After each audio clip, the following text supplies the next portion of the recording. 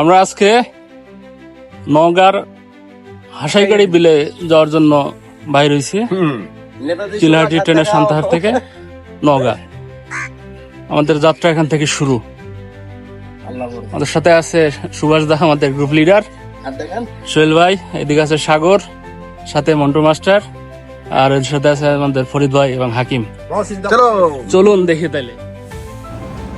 বাড়ির কাছের মানুষ ট্রেন পায় না, এই প্রবাদ বাক্য মনে আসায় আমি একটু আগেই স্টেশনে চলে এসেছি। একটু এদিক সেদিক ঘোরাঘুরির মাঝে ট্রেন চলে আসলো। ভ্রমণ পরিকল্পনা গত রাতে, আর আজ শুক্রবার, তাই সিট আগে শেষ হয়ে গিয়েছে। আমরা আজ স্ট্যান্ডিং টিকেটে ভ্রমণ করছি। চলে এসেছে বিরামপুর স্টেশন, তাই একটু নেমে এদিক সেদিক ঘুরে আবার ট্রেনে উঠে পড়লাম।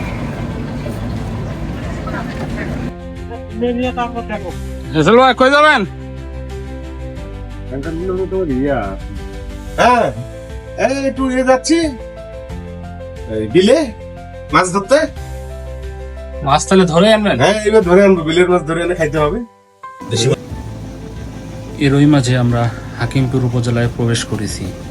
দেখতে পাচ্ছি ভারত বাংলাদেশের সীমানার কাঁটাতার। ওপারে পশ্চিমবঙ্গের দক্ষিণ দিনাজপুর জেলার বালুরঘাট, এপারে আমাদের বাংলা হিল আমরা যাকে বলি।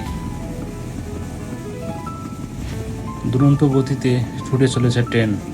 বাইরে যেদিকে তাকায় শুধু ধান ক্ষেত, বনভূমি, পাশে কাঁটাতার। কিছু দূর পর পরই আমরা দেখতে পারতেছি কিছু মানুষ জমিতে ধান রোপণের কাজে ব্যস্ত। আমরা আর কিছুক্ষণের ভিতরেই হিলি সীমান্ত বা হিলি চেকপোস্টের অতিক্রম করব। তার মাঝেই আমরা সবুজ প্রকৃতি ও ভারতীয় অংশের কিছু বাসা দেখতে পারতেছি। এটা একটা মূলত চাতাল ছিল এক সময়, এখনও আছে পরিত্যক্ত অবস্থায়। ওপারে দেখা যাচ্ছে কিছু ভারতীয় মানুষের বাড়িঘর। সবুজ অংশটা বাংলাদেশের, বাড়িঘরগুলোর পাশে আর কি ভারত সীমান্ত শুরু। আমরা কিছুক্ষণের মধ্যেই ভারতের ইমিগ্রেশন চেকপোস্ট দেখতে পারবো। দেখতে পারছি একজন বিএসএফ জওয়ান ডিউটি করছে।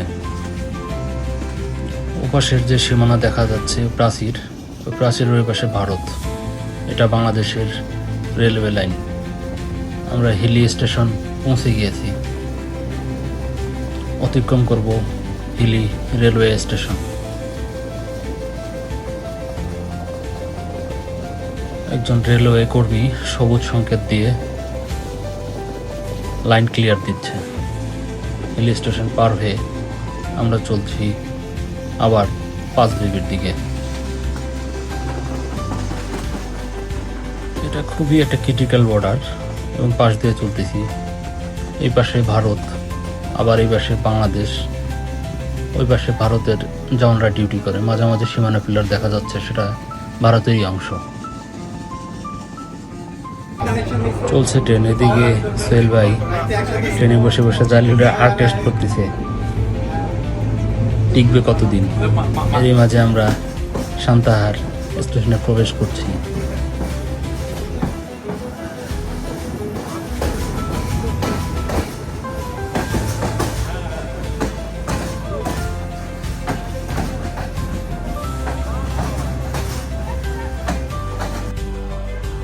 সবাই এক এক ট্রেন থেকে নেমে আসছে।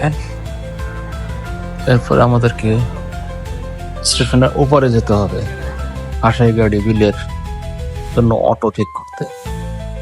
চলো।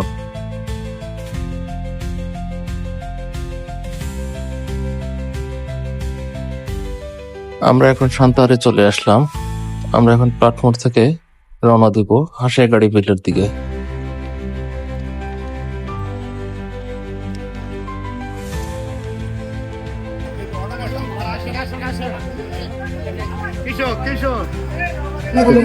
এখন অটোতে চলে যাবো হাসাইগাড়ি।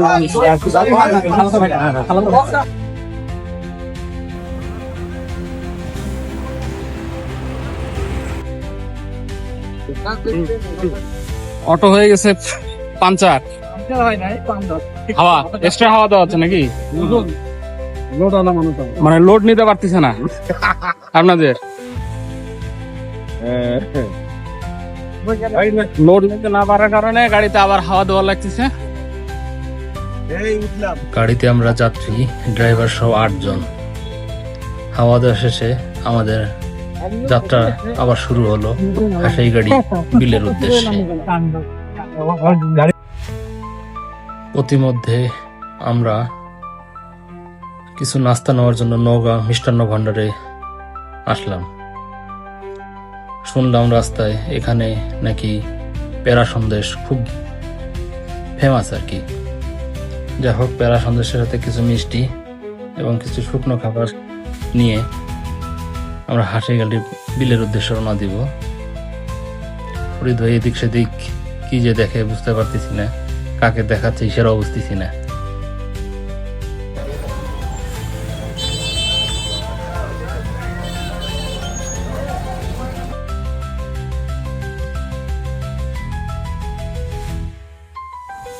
সবুজ এই প্রকৃতির পথ ধরে ধরে কিছু দূর যেতে আমরা দেখতে পেলাম প্রয়াত আবুল তলিব সাহেবের একটি প্রতিকৃতি।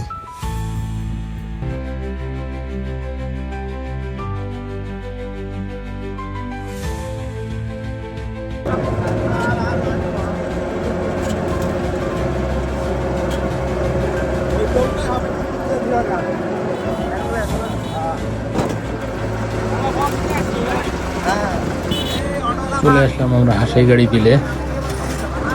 মাঝখানে একটা ব্রিজ আছে, ব্রিজের এই পাশেই মোটামুটি এটা একটা রেস্টুরেন্টের পার্কিং এরিয়া। এই অংশটা হাসাইগাড়ি বিলের পদ্ম বিল নামে পরিচিত। সেপ্টেম্বর অক্টোবর নাগাদ পদ্ম ফুলে ভরে যায়। অপরদিকে আমরা দেখতে পারতেছি হাসাইগাড়ি বিল। চারপাশটা একটু দেখাই। যতদূর দেখা যায় শুধু জল আর জল, উপরে আকাশ, নিচে জলের সাথে মিতালি। এর মাঝে আমাদের যাত্রা শুরু বিলের মাঝে।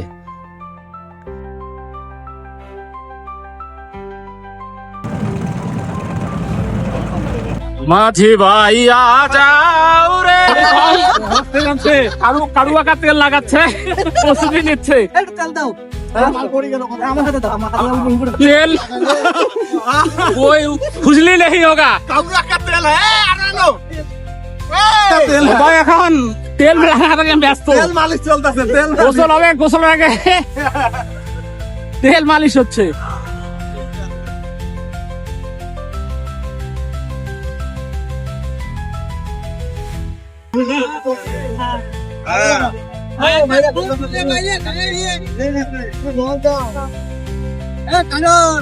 চল ভাই, ভগবান ফাটা।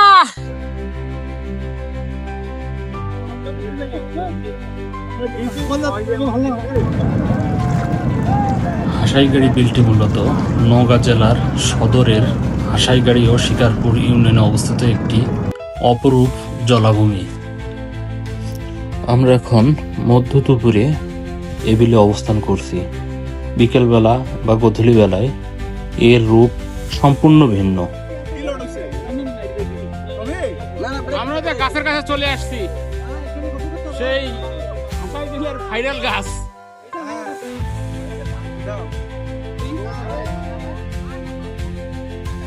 পানি কেমন আছে? যমুনা গঙ্গার পানি? আমার যমুনা জল দেখতে কালো, চান করিতে লাগে ভালো। আমরা নৌকা ভিড়িয়ে একে একে নেমে পড়লাম শরীর শীতল করতে। চকচকে পরিষ্কার পানিতে একে একে আমরা শুরু করলাম সাঁতার, ঝাঁপ। এবং এই আনন্দ ভাষায় প্রকাশ করার মতো না। পানির গভীরতা সব জায়গায় সমান না, তাই সাঁতার না জানলে কেউ নামবেন না। আমরা যেখানে নামছি এখানে অন্তত 2 থেকে 3 মানুষ পানি হবে আর কি। দেখা যাচ্ছে যে 15 থেকে 20 ফুট গভীর। ওই পাশে আরো কিছু জায়গা পেয়েছি আর কি, যেটাতে গভীরতা কম। তবে সব জায়গায় উচ্চতা সমান না। এই বিলকে আরো আকর্ষণীয় করে তুলছে এই হিজল গাছগুলো।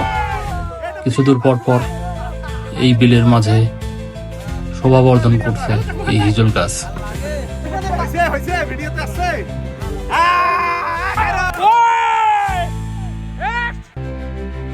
এই গাছগুলোতে উঠেও আমরা সাঁতার কাটার জন্য উপর থেকে লাফ দিলাম এবং শৈশবে ফিরে গেলাম।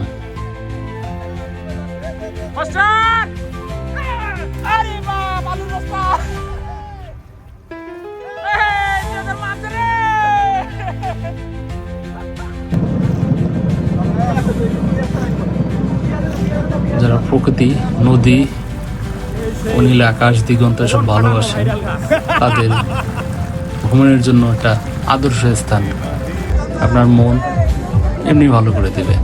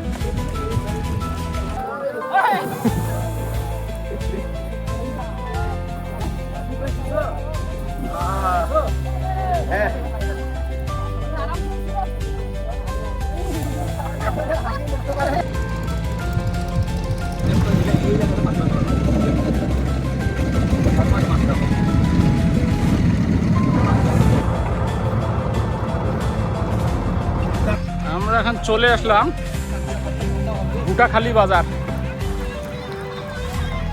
এটা চরের মধ্যে আর কি, চর টাইপের। আমরা আমাদের ভ্রমণ এখানেই শেষ করব, ফিরে যাব বাড়ির পথে। আবার দেখা হবে। খোদা হাফেজ।